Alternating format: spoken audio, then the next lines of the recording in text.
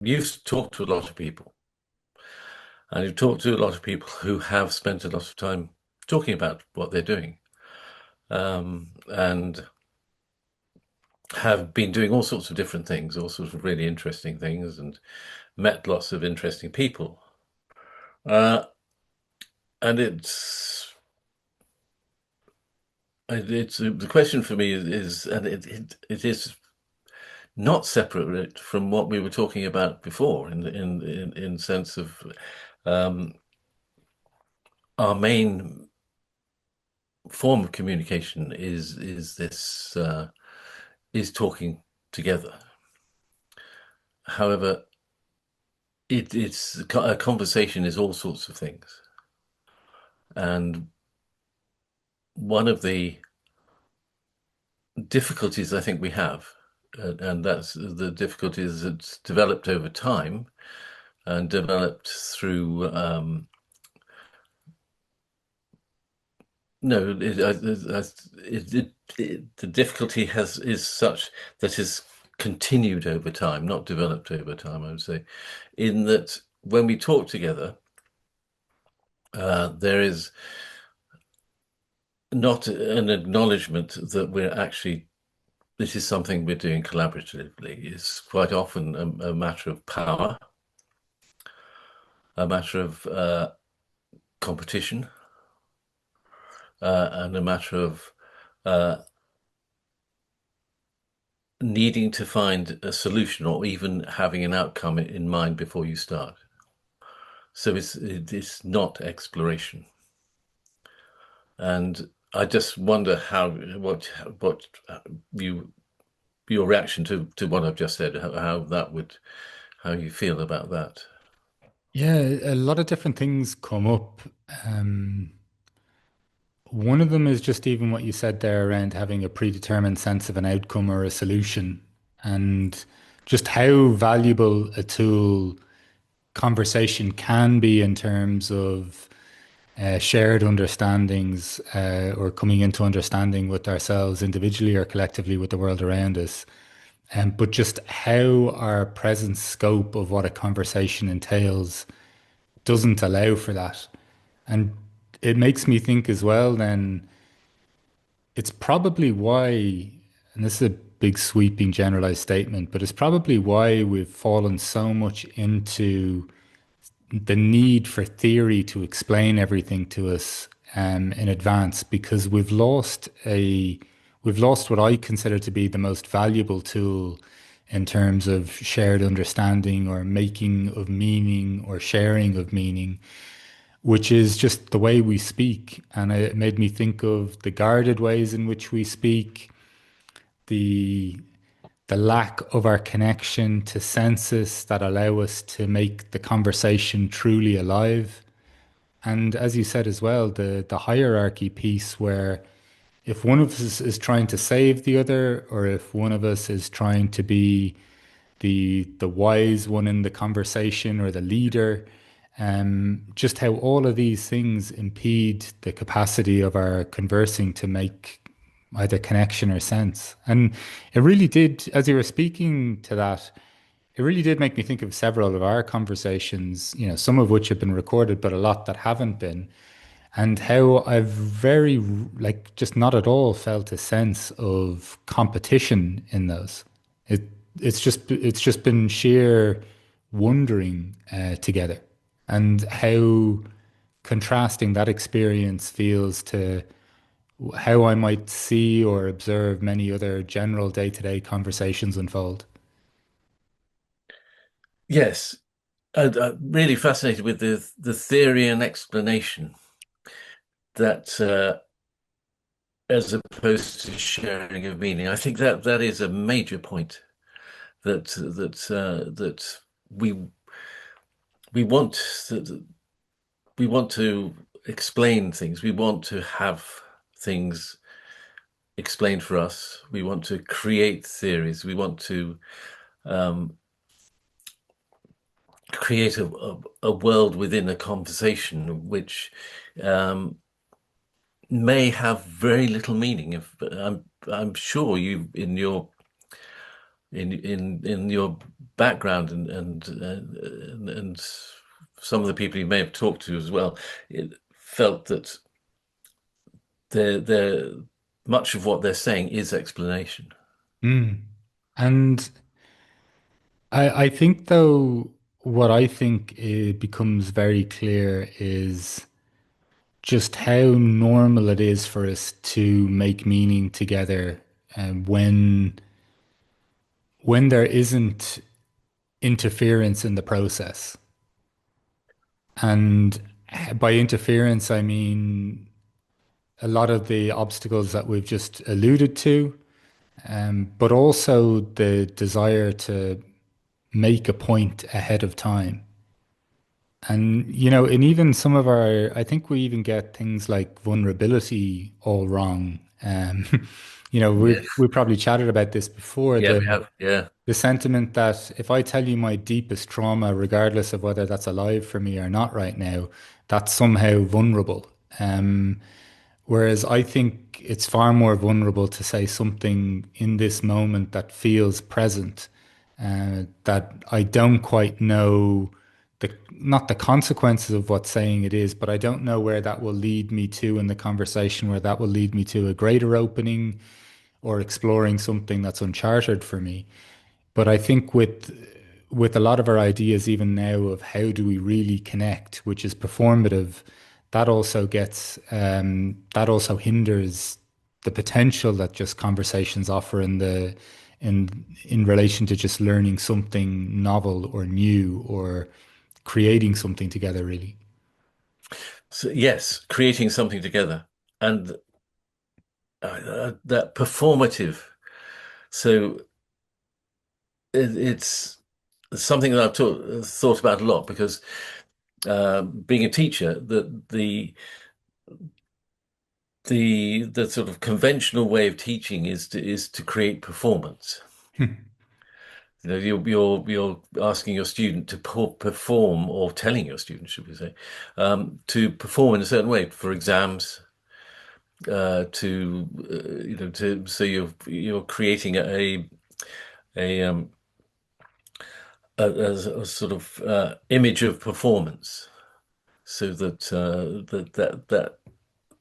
that is the sort of essence of learning.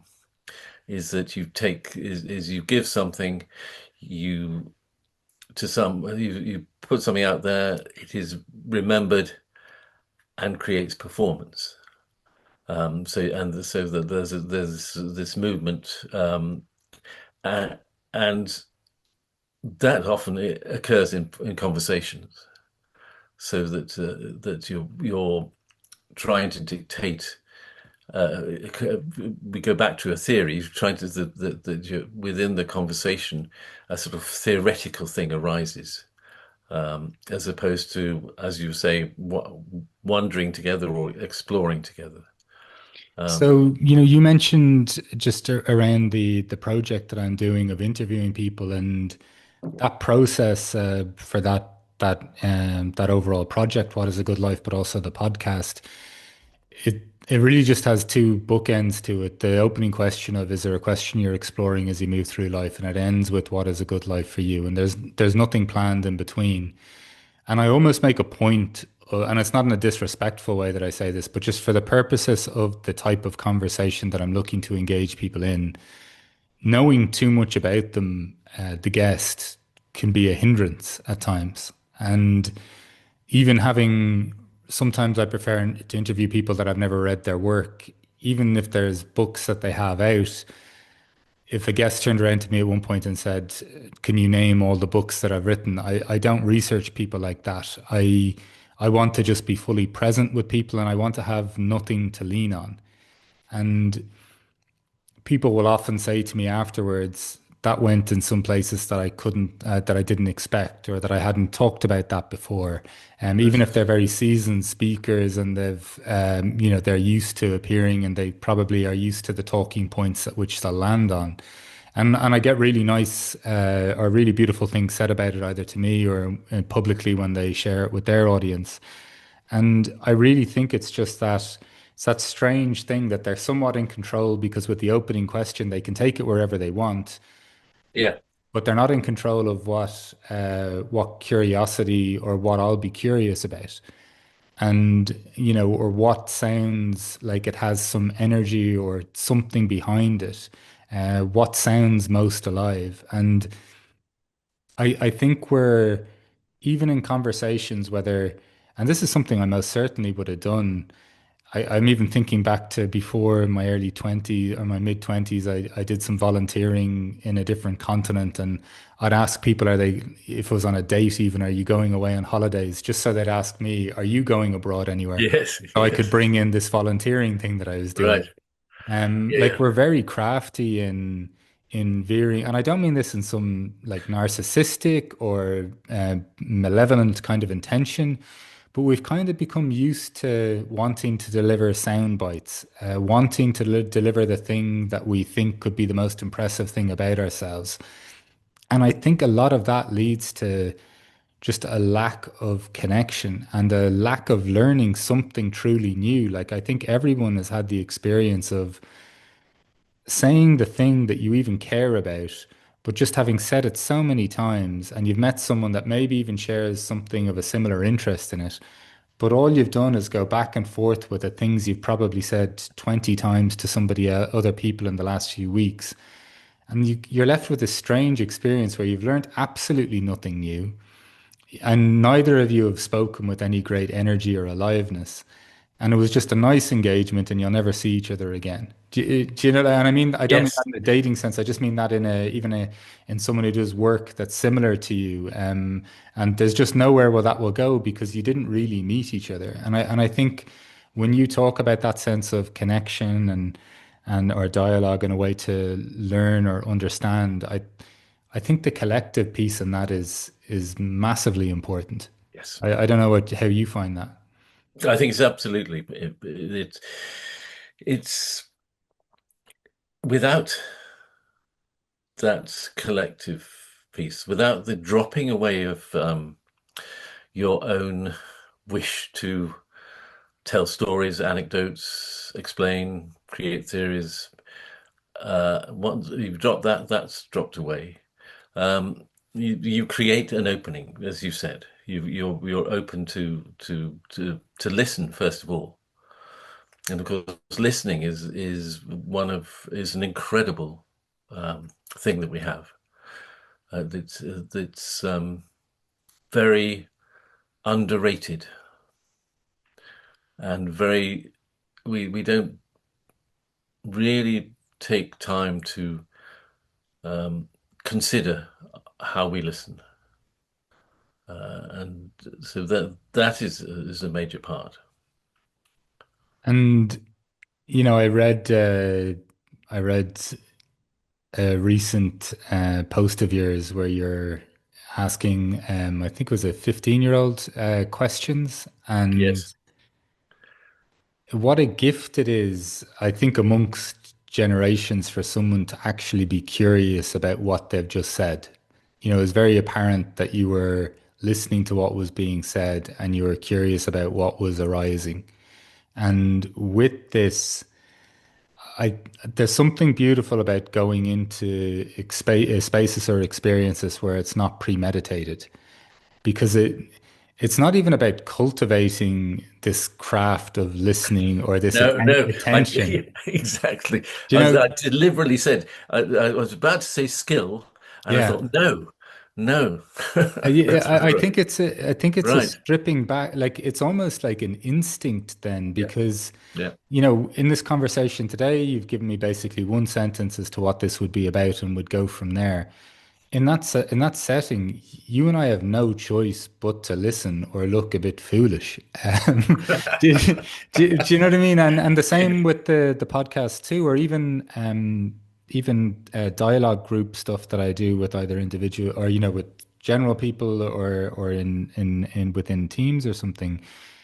If I go in very empty-handed, in terms of structure or ideas of what we'll do, if I don't pay attention, I'm going to be in a very, very uncomfortable situation. So I think that there's as much as we could cultivate a sense of attention through meditation and different things like that, I think there's something about just stripping back or engaging in circumstances or being in certain conditions where we just have no choice but to pay attention.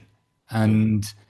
And that there's something about that that I think in those moments we realize that this is such a natural capacity for humans to do this rather than you must do X amount of Vipassanas or whatever else to be able to do this. I think we find ourselves in places where, you mentioned school earlier and the sense of performing, just repeating information in a lot of Yeah, scenarios. There's so many scenarios if you think about it in a corporate space, but not even just a corporate space, amongst like wider family gatherings, you can yeah, see yeah, this occurring, yeah, yeah. where we're just not required. These aren't, life isn't asking, or the situation isn't even asking this of us to pay attention. We've discovered ways of just plodding through some form or performance of a conversation that doesn't allow us to truly connect or to explore together, really. Yes, yes. That's exactly right. That yeah, sort of a sort of a kind of old tired dance around the what is actually really potentially, I mean, incredibly enjoyable Yeah. to it's to explore together to in that sort of empty space in that without without the pre-aligned outcomes and so on. I was just thinking as you were saying that I spent the last few days with my brother's widow, my brother who died last year, and we hadn't seen her for a year.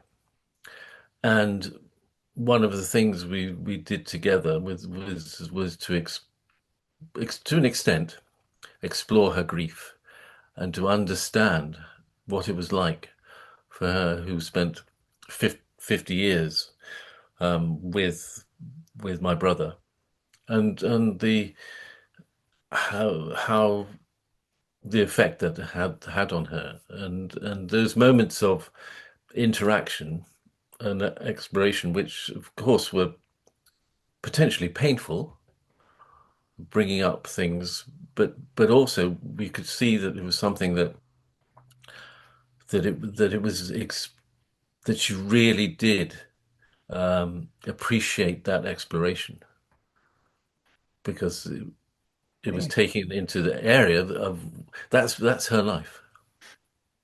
Completely this, and I think I just love that from the point of view of, as much as we think that there could be a discomfort in addressing a certain topic, I think we have no idea just the sheer level of disconnection we experience when we don't to discuss the simply obvious or inevitable thing that we need to, that would be helpful to explore or that would be alive for both of us.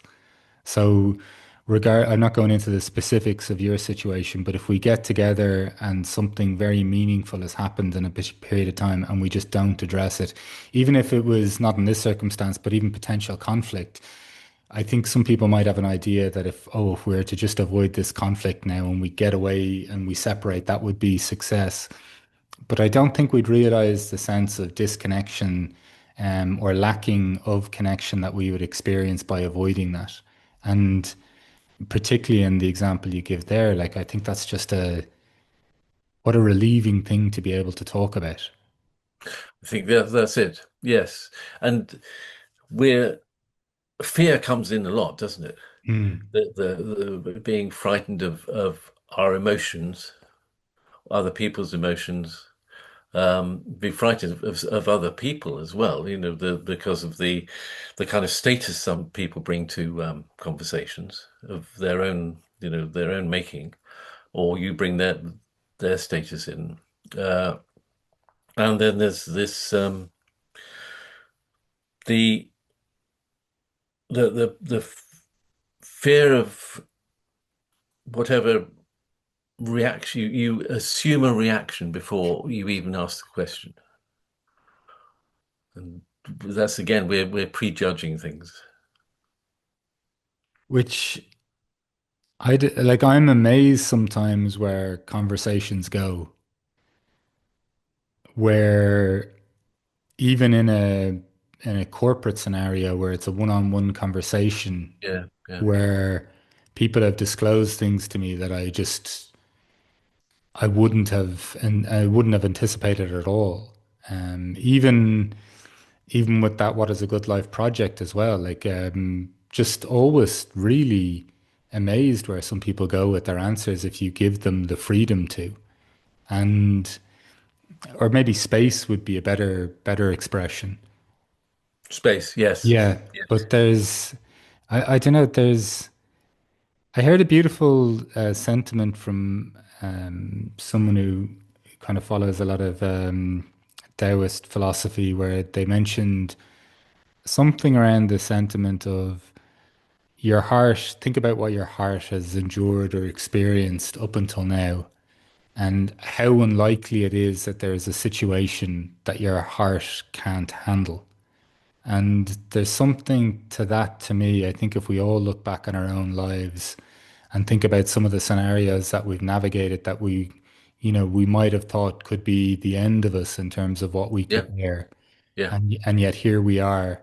I think there's a lot to be said in this, a lot to be said in this sentiment or this sentiment of entering kind of conversations this way, and the capacity from understanding or learning from them. I think a good degree of that is based on trust in our own selves, but our experience of life. And I guess ultimately, how do we engage with the not just the unknown, but the unpredictable movements of life? yes.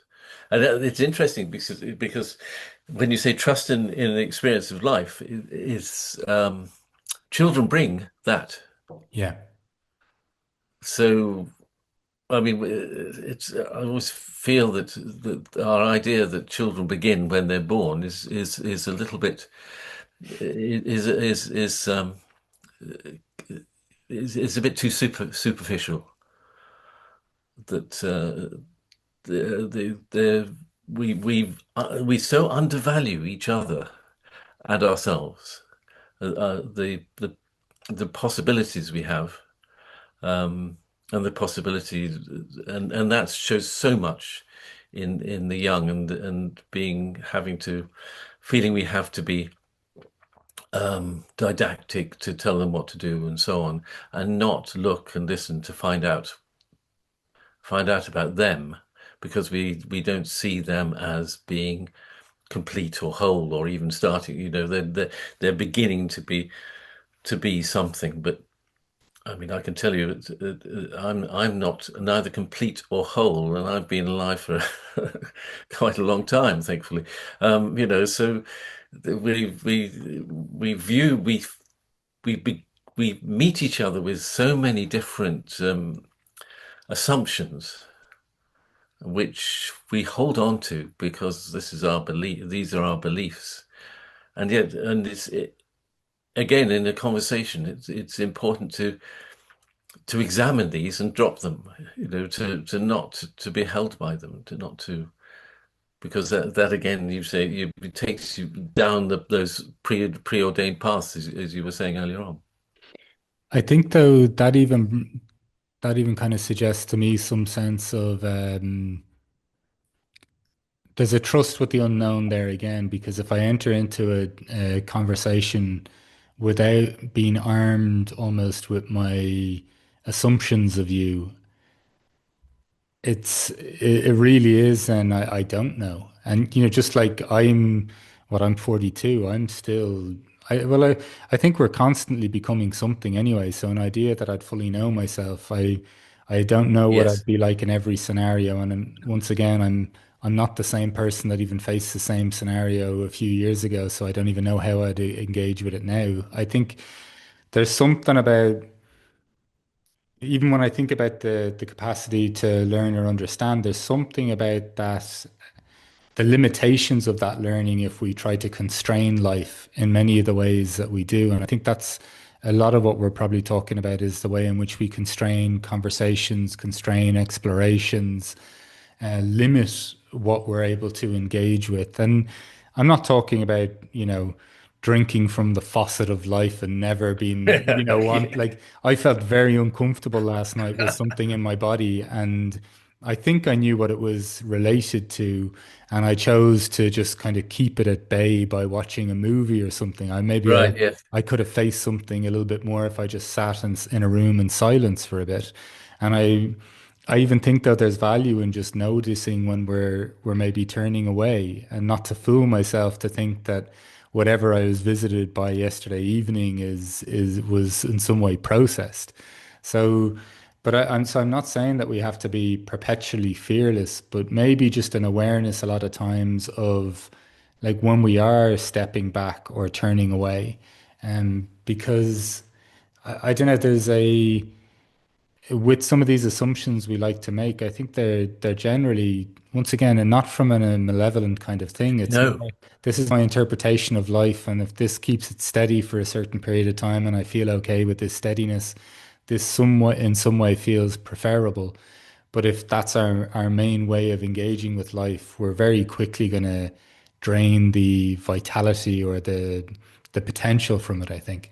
Yeah, potential I think is really, and that you see I think goes back to what we were discussing right at the beginning, Mm. is that we're being open to potential is is is is again, I mean, this whole um, business of being alive. Why do we cut off? Why do we limit? Why are we not open to potential? We're not. It is that again vulnerability because you're not in control. You're not in charge. You're observing and you're listening because I think that's the. And when you're observing and you're listening, you're observing and listening to everything, and your awareness is not through you're not interpreting or judging, or your awareness perhaps of you are you if you are you're aware of how you're doing that, Yeah. so that you're not you're not just homing on to and grabbing onto one or two things that you feel will give you this or give you that, if that makes sense. Yeah, absolutely. As you're speaking though, a question kind of arose that I wanted to ask you, which was, how have you found how would you describe the role of conversation or dialogue in your experience of education in terms of learning? So there's certain things on a curricular or whatever it may be, but just in terms of, yeah, what role did you see conversation have in that exploration or learning or however you might perceive that? Well, I've been lucky enough to teach at schools where the separation between the teacher and the taught is minimized, so that just by simple things, by not having uniform, not and the teachers being known by their first names, and in schools where punishment and reward are kept at a minimum, so that the sort of the teacher on the pedestal of knowledge is not something that's recognized, which and for young people that's not always easy to, if you come into a situation like that when you're used to something else, or in your family you have your parents setting themselves up as the authorities, or having authority because they're older, that the conversation itself is difficult, if not impossible, because you you have within a class of children, um, young people who are afraid of saying things because they exposes themselves, and this is a very real fear. I can remember myself having that.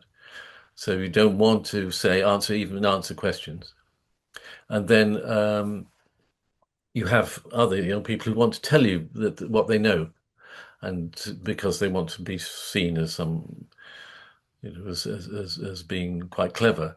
So you have these real barriers to conversation already existing within the framework. So when you move that framework away, there's a lot of of learning to be done in terms of really what does it mean? What does it mean to talk together? And of course, what's banned in schools? Talking together. You can't, they sit in rows and you don't have conversations. And I was my wife and I were house parents for 11 years with kids from 12 up to 19. And see that's within unstructured.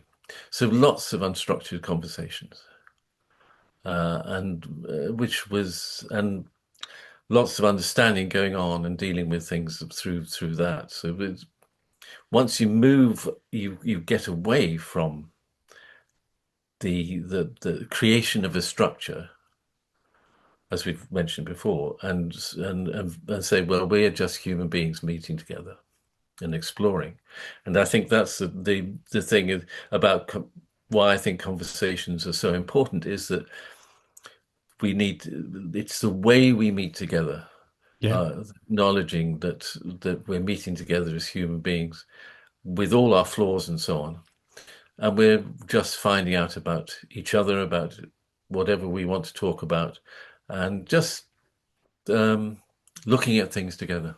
Sounds simple. Oh, like it sounds simple, but I think in the face of how complex the world may seem at times, I can't imagine that it's an even more complex response that unwinds complexity. Not to say that we can completely do away with complexity in life, but I don't know. I think there's some beautiful paradox for me in the sense that the Yeah, response that's required is usually simple. I think though what you said there just really brought home the sense again of just how could you effectively know somebody well enough without the kind of dialogues or conversations you're having to really best aid or support anyone's learning. yeah, You know, like because if I'm not having some fundamentally open or attentive conversations. Like there's so much that I'll just never know about your life that could yeah, really help us learn together.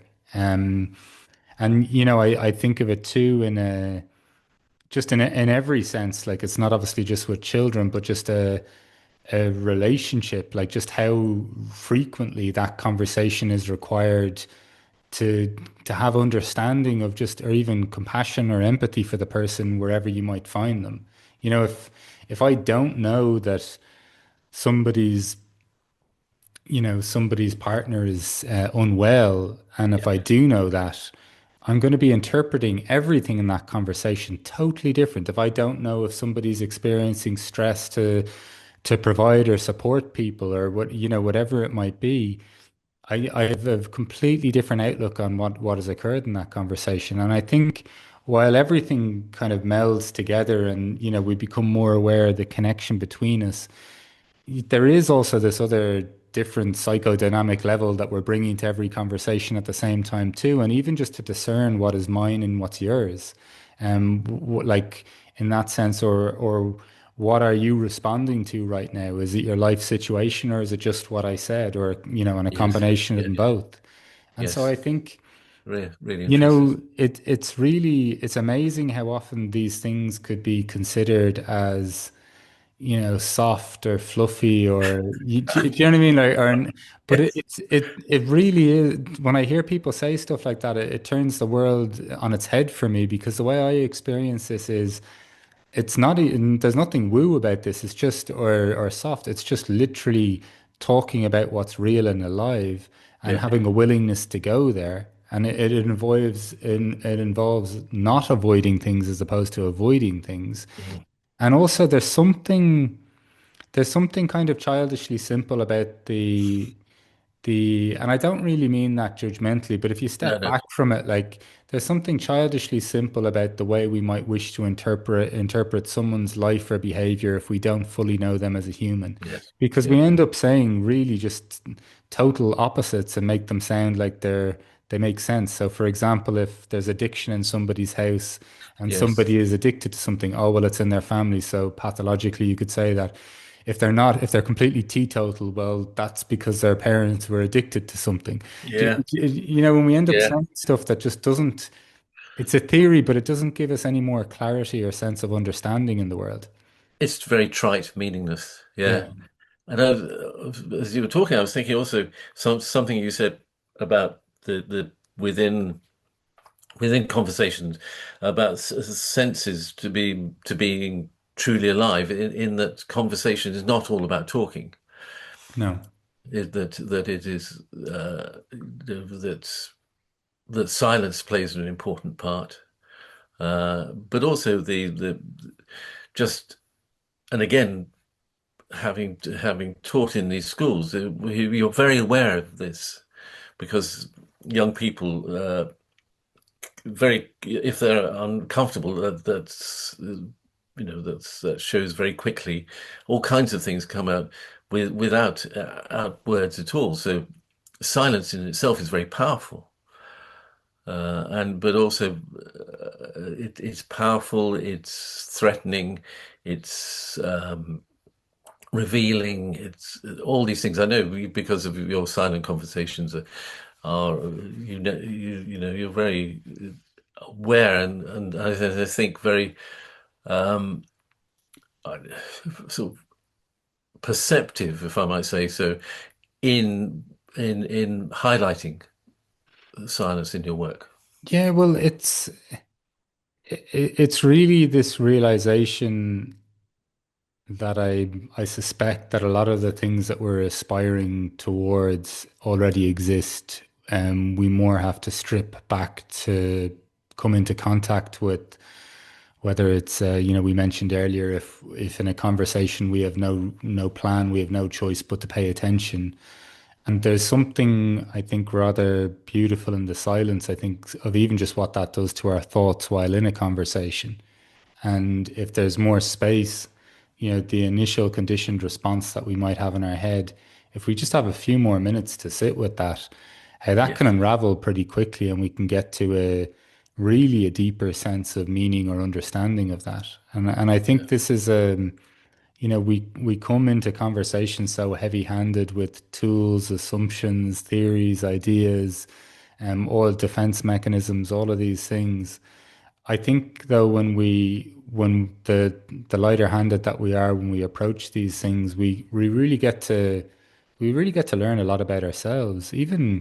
Even as we're talking now, like when do I feel natural? As my stomach, is it relaxed right now? Have my thoughts wandered to even following on something you've said while I was listening to you? And have my thoughts followed along a path of thought that's sparked in me, or even just observing like bring the attention back again now. Like there's a wonderfully alive process going on Yeah. in ourselves, even when we're paying attention. And I think it's so relieving when we just hear of what someone else's experience of, in air quotes, reality is, or whatever their Yes. experience is right now. And all of it's so welcome. Like I love it when someone says to me, sorry, I completely switched off there. I like, Yes. but you know what I mean? Like Yeah. Yeah. great. Like that's what was happening for you. You weren't just Yes. completely disconnected from me. You went Yes. somewhere, Yeah. and I think we have so many ideas of what a conversation should be. And a lot of them I think are just deeply unhelpful. And there's something about if I try to make even sense of my own life at this point in time, and the sense of kind of contentment I have within it, even when there's things that I need to tend to. I don't know, there's definitely something about the quality of relating and the relaxation that can almost create within us because it doesn't really seem like there's much beyond that point of connection that would further endow my life with something beyond it. And it makes life very, very simple in ways.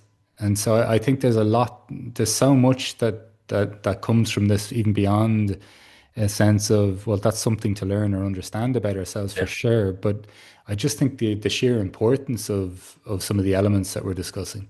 Yes. And it's the process is interesting because the process of learning we feel is listening and understand listening and remembering. But in fact, the process of this sort of conversation is listening and understanding. Yeah, It's not remembering.